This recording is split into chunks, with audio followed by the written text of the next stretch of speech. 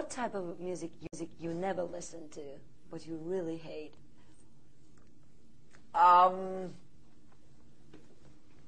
is the ultimate end of it? I think one thing that really bothers me is sort of European sort of European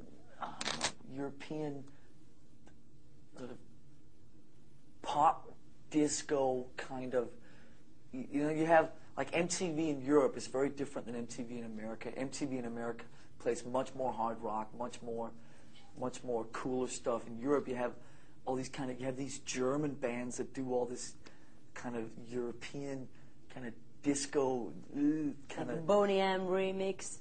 Yeah, that kind of, that really bothers me. I mean, hard rock, pop, I think George Michael, that stuff is all great. Well, it doesn't bother me.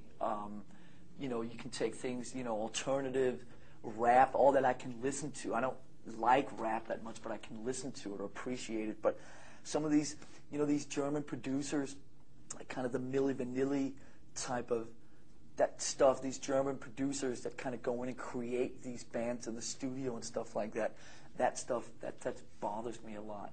Because it's so lack of any kind of emotions or just, there's just nothing there. And, we just spent 3 weeks in Germany. I mean, nothing against Germany or Germans, but some of those, sometimes on MTV you'll see these like German kind of stuff. I don't know what to call it. It's stuff. It's just horrible. I don't know. Friday Bike, that kind of stuff. This kind of. Do you know this kind of German kind of? We call it humpa disco. Yeah. Humpa. Yeah. Because even like the other day, we were listening to a CD of some disco stuff from the '70s that was actually really fun to listen to, like some Donna Summer and some things like that, which actually sounded really good. It was the first time I'd heard some of those songs for a long time, but this German kind of Schlager kind of disco stuff I don't like that. That's probably about the only thing. It's 10, 11 years ago now since I formed Metallica with James.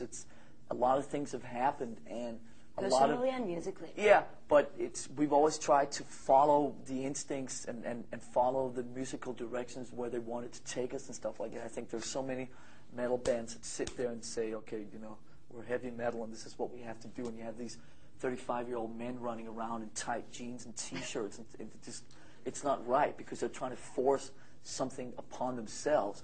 So in the last 10, 11 years of Metallica, we've let nature and the instincts and the musical directions and whatever just kind of take us where that wanted to go. We've never sat down and said, well, we have to do this, we have to do that, we have to sell these records, or we have to make heavy metal for these people or whatever. We just kind of wandered and followed our instincts and so on. And that's probably the biggest, feeling comfortable with that and letting those musical instincts kind of take over, and kind of the fact that you mature and grow older and stuff like that, use that as a positive thing, not as a negative thing. Do you know what I mean?